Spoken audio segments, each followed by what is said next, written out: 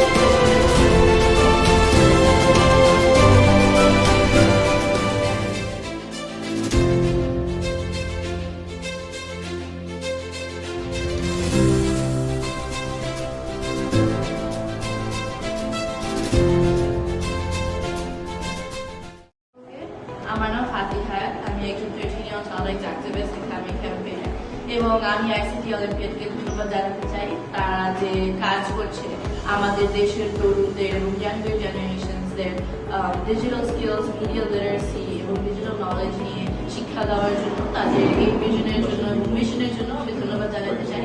আমি নিজেও ICT অলিম্পিয়াডের registration করেছি, তো আমি অনুরোধ করবো যে আপনারাও অলসো সাইন আপ করুন।